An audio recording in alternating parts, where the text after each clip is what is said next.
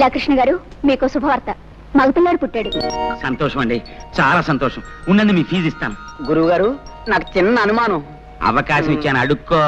ఏం లేదు, మీకు పెళ్ళై 9 నెలలు అవ్వలేదు కదా, అప్పుడే పిల్లాడు ఎలా పుట్టాడండి? నాయనోయ్ డాక్టర్ గారు, ఇది అన్యాయం, మోసం, దగ, కుట్ర. మీకు నేను ఫీజు ఇవ్వను. ఏమిటండి మీరు అనేది? పెళ్ళైన 7 నెలలకే పిల్లాడు ఎలా పుడతాడండి? అంటే నా భార్య. చాలా ఊరుకోండి, అన్యాయంగా మాట్లాడకండి. కొంతమందికి ఇలా నెలలు నిండకుండానే పిల్లలు పుడుతూ ఉంటారు. అంతేనంటారా? అంతే. ఇదిగోండి మీ ఫీజు. థ్యాంక్స్.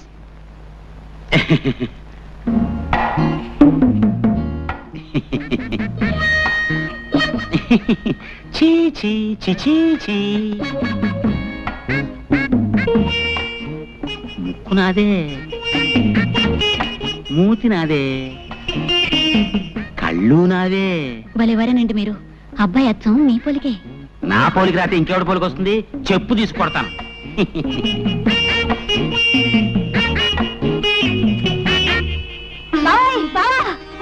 ఏంటే ఏంటే? అయ్యో అయ్యో ఏంటే?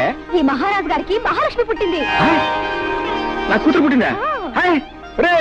ఇదిగో ఈ 100 మంది మీ ఇష్టం వచ్చిన సరదాలు ఏమైనా చేసుకోండి.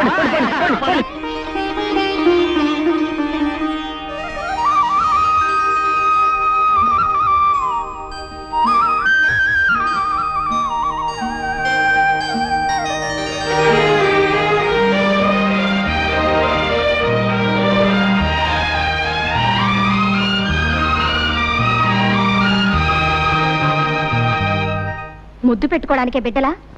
ఎలాగైతే కన్నావులే గొప్పగా. పిల్లకి స్నానం చేయించడం కూడా రాకపోతే ఎలా? ప్రతిరోజు ఎవరొస్తారు ఈ పనులన్నీ చేయడానికి? చిచి, ఇదంతా నాకు అలవాట్లేదు. ఆహా, నాకు మాత్రం ఉందా? నేనేమన్నా 5-6 కన్నానా? ఆడదన్న తర్వాత ఇవన్నీ తనంతట తనే నేర్చుకోవాలి. బావా, ఓ పంచే, పిల్లకు నీళ్లు పోయడం, పాలు పట్టడం ఇవన్నీ నువ్వు నేర్చుకో. ఇదేదో పెద్ద పని అయినట్టు. ఇంతలా పెళ్ళానికి సేవ చేయడం నేర్చుకున్నవాడిని బిడ్డకు నీళ్లు పోస్తే ఇద్దరు పుస్తలేనా? నువ్వు రాకపోతే ఎవరు చేసేవారు? నేనే కదా మెక్క చేస్తా. మీరిద్దరూ కలిసి నన్నే వెగతాళి చేయక్కర్లేదు. దాన్ని ఎలాగి నా పని నేనే చేసుకుంటాను. తస్సది, మీ అక్క మా లావు తెలియగలదే. ఎలా ఏడుస్తున్నాయో నా ఒళ్ళో, నవ్వుతుంటే దాని ఒళ్ళో. ఇదిగో ఇవ్వబాకు, సరాసరి ఇక్కడ తీసురా. మొగుడు పెళ్ళాలు ఇద్దరు కలిసి నా చేత పనులు చేయించుకుంటున్నారు. అబ్బా, ఇవాళ చాలా స్పీడ్ గా ఎక్కిపోతుంది. ఏమిటిదంతా? ఏముంది, ఇది పకోడీ, ఇది మందు, ఇది గ్లాసు. ఇతను మురళి, నేను మాత్రం లీలాకృష్ణ. నువ్వు లీలాకృష్ణుడివి కాదురా, ఈ ఇంటికి పట్టిన చీడ పురుగువి. ముందు బయటికి పో, బయటికి పో. మురళి, నువ్వు చదివిన చదువంతా ఏమైంది? ఈ తాపుడేమిటి, వరుస ఏమిటి? తాతయ్య నీ కోసం ఎంత బాధపడుతున్నారో తెలుసా? అనుకుంటే అంత బాధే. బాధల్లోనే పుట్టాం, బాధల్లోనే పెరుగుతున్నాం, బాధల్లోనే పోతాం. అసలు ఈ ప్రపంచమే బాధల్లో ఉంది. మురళి, నువ్విప్పుడు మత్తులో ఉన్నావు. నేనేం చెప్పినా అర్థం కాదు. మరోసారి నువ్వు తాగేవని మాత్రం నాకు తెలియకూడదు. చూసావమ్మా వాడెంత చెడిపోయాడు. అవన్నీ తర్వాత ఆలోచిద్దాం. ముందు మందు తాగు తాతయ్య. వద్దమ్మా, ఈ మందు తాగి నేను ఆరోగ్యవంతున్నై వాడి దౌర్భాగ్యం కళ్ళారా చూడాలా? పూర్వజన్మలో నేనేదో మహాపాపం చేసి ఉంటానమ్మా. అందుకనే ఆ భగవంతుడు మనవణ్ణి నాకు విడిచిపెట్టి ఉన్న కొడుకుని కోడల్ని తీసుకుని వెళ్ళిపోయాడు. అయినా తట్టుకున్నాను. నా ప్రాణంతో సమానంగా వాడిని పెంచి పెద్ద చేశాను. నేను పోయిన తర్వాత అంత ప్రేమగా చూసుకునే నువ్వైనా ఇంటికి కోడలిగా వస్తావు.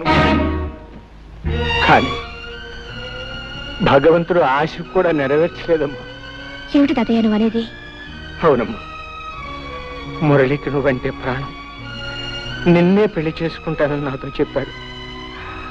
ఆ విషయం మీ నాన్నతో మాట్లాడదామని ఆ రోజు మీ ఇంటికి వచ్చేసరికి నీ పెళ్లి విషయం మీ నాన్న నలుగురిలో నిర్ణయం చేశాడమ్మా. చూశావమ్మా, భగవంతుడు ఎలా మనుషులతో ఆడుకుంటాడు. మనం కోరుకున్నది దక్కనివ్వడు, దక్కింది దొరకనివ్వడు. నేను ఆ రోజు 4 అడుగులు చురుగ్గా వేసి ఉంటే నువ్వే ఇంటి కోడలివై ఉండేదానివి. వాడు నిన్ను మర్చిపోను లేక, మరొక పెళ్లి చేసుకోను లేక కుమిలిపోతున్నాడు. తాగుడుకు బానిసయి వాడి ఆరోగ్యం సర్వనాశనం చేసుకుంటున్నాడు. వాడిని ఆ స్థితిలో చూస్తూ నేను ఎలా బ్రతకగలనమ్మా? తాతయ్య, ఊరుకో. అమ్మా, జానకి, నువ్వు నాకు ఒక మాట ఇవ్వమ్మా. ఏమిటి తాతయ్య? నేను పోయిన తర్వాత వాడిని జాగ్రత్తగా చూసుకుంటానని, వాడి బ్రతుకు బండర కాకుండా మనిషిని చేసి ఒక దారిలో పెడతానని నాకు మాట ఇవ్వమ్మా. అలాగే తాతయ్య. జానకే, జానకే, జానకే, జానకే, జానకే, ఎక్కడే ఎక్కడ నువ్వు?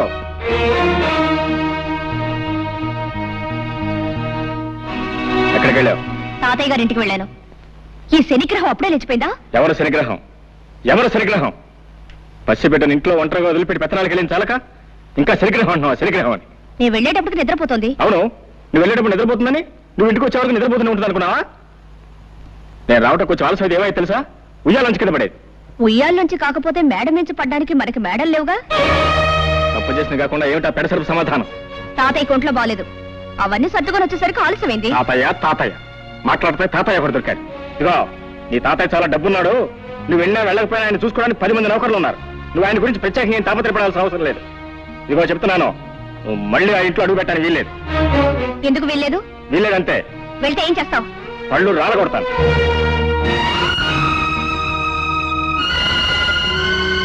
అమ్మా, జానకమ్మ గారు. ఏమిటి రావాలమ్మా ఇలా వచ్చావు? తాతయ్య గారు ఇప్పుడే పోయారమ్మా. తాతయ్య?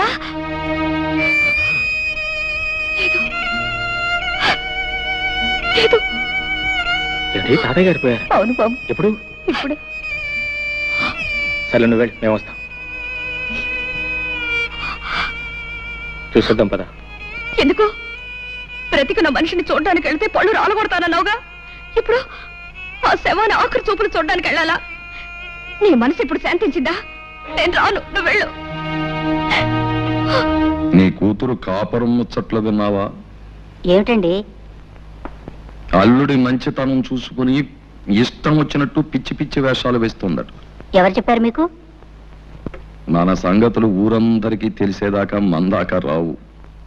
ఒకసారి వెళ్ళి మందలించిరా. చిచి, వెధవ బ్రతికైపోయింది. ఓ సుఖం లేదు, సంతోషం లేదు. ఈ శనిగ్రహం ఏడుపుతోను మాయదారి వంటతోనూ నా ప్రాణాలు పోతున్నాయి. ఏయ్ నోర్మై, నోర్మై, ఎందుకలా ఏడుస్తున్నావు? ఎందుకు ఏడుస్తున్నావు? నిన్ను కొట్టేనండి చూడు. చాలా సాలేవే బడాయ్. నోరులేని పసిదానికి నీ బెదిరింపులు తెలుస్తాయా? నోరెందుకు లేదు? పెంకులు ఎగిరిపోయేలా ఏడవడానికి పెద్ద నోరేసుకుని మరీ పుట్టింది. శని శని శనిగ్రహం అని. నోర్మై, పసిదాన్ని పట్టుకుని శని శని అంటావు. బుద్ధి లేదు నీకు? ఆడదన్న తర్వాత కాస్త ఓర్పు సహనం ఉండాలి. కానీ అవతల బారేస్తే ఎదుగుతారా? నేను నీలాగే చిరాకు పడి ఉంటే ఇంత దానివి అయ్యేదానివే. నేను దీనిలాగే ఏడ్చుంటే నీకు తెలిసేది. ఏడవలేదే పాపం, పాక పక్క నవ్వుతూ ఉండేదానివి. దీనికంటే ఎక్కువే గొడవ చేసేదానివి. సర్లే, దీనికి పాలు పెట్టి నిద్రపుచ్చుతాను. వంట నాకు వచ్చి తీసుకెళ్ళు. అమ్మయ్యా, రక్షించావు. అమ్మా, సాయంత్రం దాకా తీసుకురాకు. పీడ వదిలింది. జానకమ్మ గారు, వస్తున్నా. జానకమ్మ గారు. ఏమిటి రావుడు ఇలా వచ్చావు?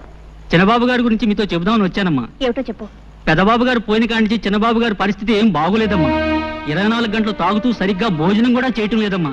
మీరైనా వచ్చి కాస్త మందలించండి అమ్మా. నాకు తెలుసు జానకి, నువ్వు వస్తావని తెలుసు, నన్ను ఇలా అడుగుతావని తెలుసు. నేను తాగుడు మానేయాలి, పెళ్లి చేసుకోవాలి, అంతేగా? అవును. నిన్నొక ప్రశ్న అడుగుతాను, సమాధానం చెప్తావా? ఏమిటది? నువ్వు సుఖంగా సంతోషంగా కాపురం చేస్తున్నావా? నిజం చెప్పు. నాకు తెలుసు నువ్వు చెప్పలేవు. నిన్ను నువ్వు మోసం చేసుకుని అబద్ధం చెప్పలేవు. నీ కాపురం సుఖంగా లేదు. సందర్భం వచ్చింది కాబట్టి ఒక నిజం చెప్తాను. ఈ నిజం ఆ రోజు నేను నీకు చెప్పగలుగుంటే మన ఇద్దరి జీవితాలు వేరే విధంగా ఉండేవి. జానకి, నిన్ను నేను మనస్ఫూర్తిగా ప్రేమించాను. అంతేకాదు, ఈ రోజుకి ప్రేమిస్తూనే ఉన్నాను. చిన్నబాబు, ఏమిటిది? నువ్వు మాట్లాడేది ఏమిటో నీకు తెలుస్తుందా? నేను పెళ్ళైన దాన్ని, నాతో ఇలా మాట్లాడకూడదు. జానకి, నేను నిజం చెప్తున్నాను. నిజం చెప్పడానికి కూడా కొన్ని హద్దులుంటాయి. అవన్నీ ఆలోచించబట్టే నువ్వు నాకు దక్కకుండా పోయావు. ఆ పెళ్లి చేసుకుని నువ్వు సుఖపడింది లేదు. నువ్వు లేని నా జీవితానికి ఏ సుఖం లేదు. ఇక ఈ జీవితాలు ఇంతేనా? ఇంతే. ఇంతకన్నా చేసేదే ఉంది? ఉంది. దానికి మరో మార్గం ఉంది. చేస్తావా? ఏమిటది? నాతో వచ్చేయి. ఎక్కడికైనా పోయి సుఖంగా బ్రతుకుదాం.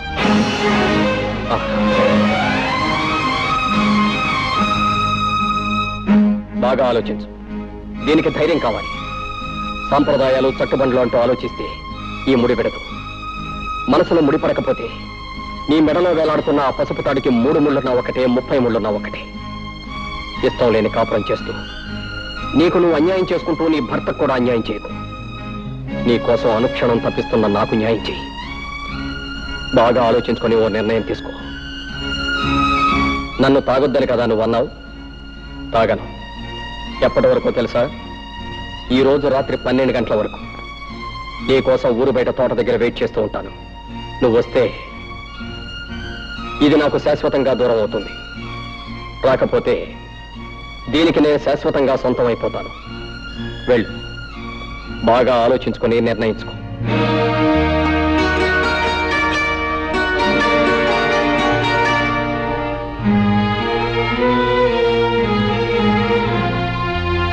ఆవు జానకి, మురళి నీతో మాట్లాడినంత విన్నాను. కంగారు పడకు, నేనెవరికి చెప్పను.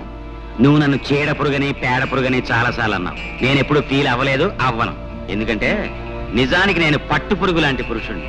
పట్టుదారులు లాంటి అందమైన ఐడియాలు ఇస్తాను. నీకు మంచి సలహా చెప్తా విను. మురళి నేను అడిగినంటూ తప్పేమీ లేదు. నువ్వు అతను కూడా వెళ్ళిపో. ఏమిటి నువ్వు అనేది?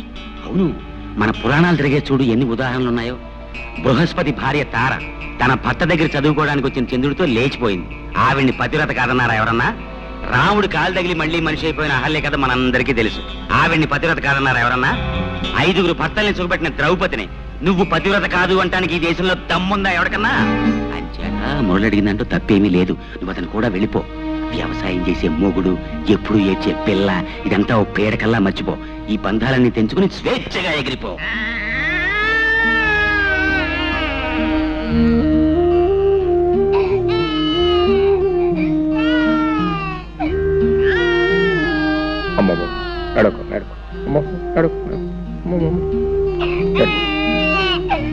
పాప ఇంకా నిద్రపోలేదా?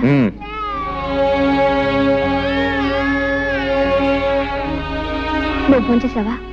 నా భోజన సంగతి నీకెందుకు? నువ్వు వెళ్ళి భోంచే. నాకు ఆకలిగా లేదు. నీ ఇష్టం.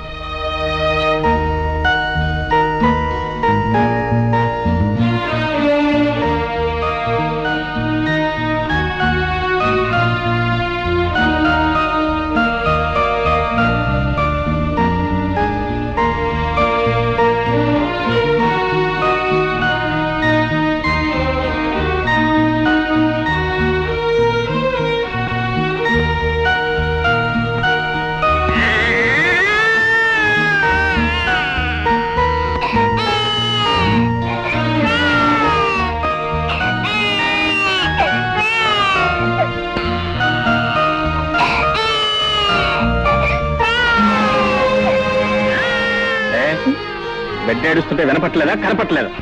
నేనేదో ఆలోచిస్తున్నాను. అయినా దానికి పనే ఉంది, ఏడవడం తప్ప. నర్మయ్, బిడ్డ కాస్త కదిలితేనే ఎంత నిద్రలో ఉన్న తల్లి కూడా ఉలిక్కి పెళ్ళేస్తుంది. అలాంటిది కన్నబిడ్డ కళ్ళ ముందే ఒక్కపట్టి ఏడుస్తుంటే కదలకుండా మెదలకుండా రాయిలో కూర్చున్నావే. నువ్వు ఒక ఆడదానివేనా? నువ్వు ఒక తల్లివేనా? ఇప్పుడు ఏం కోపం మునిగిందని ఆ కేకలు? ఏదో ఆలోచనలో ఉంటే పట్టించుకోలేదు. అవునే, నువ్వేది పట్టించుకున్నావు, ఎప్పుడు పట్టించుకున్నావు? కన్న పెట్టికి ఒక్క పూట ప్రేమతో పాలిచ్చావా? లేదు. కట్టుకున్న మొగుడు నాకు ఒక్క పూట శ్రద్ధగా భోజనం పెట్టావా? లేదు. నీకు ఈ మొగుడు అక్కర్లేదు, ఈ సంసారం అక్కర్లేదు, ఏది అక్కర్లేదు.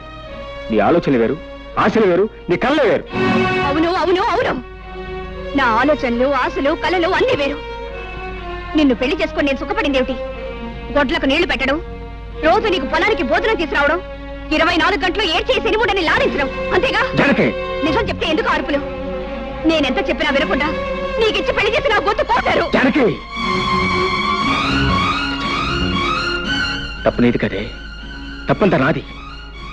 నీకు నా మీద ప్రేమ ఉన్నా లేకపోయినా నీ మీద నాకున్న ప్రేమ కొద్దీ నెత్తిన పెట్టుకుని ఊరేగాను చూడు, అది నేను చేసిన తప్పే.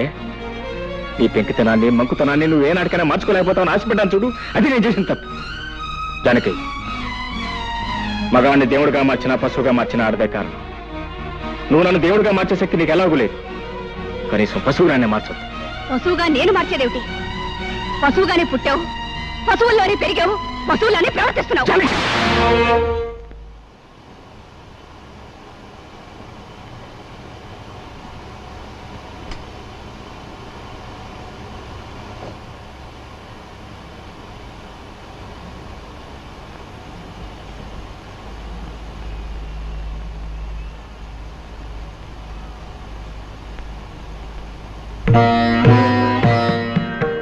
మనసులో ముడిపడకపోయిన తర్వాత నీ మెళ్ళో వేలాడుతున్న పసుపు తాడుకు 3 ముళ్ళున్నా ఒకటే, 30 ముళ్ళున్నా ఒకటే.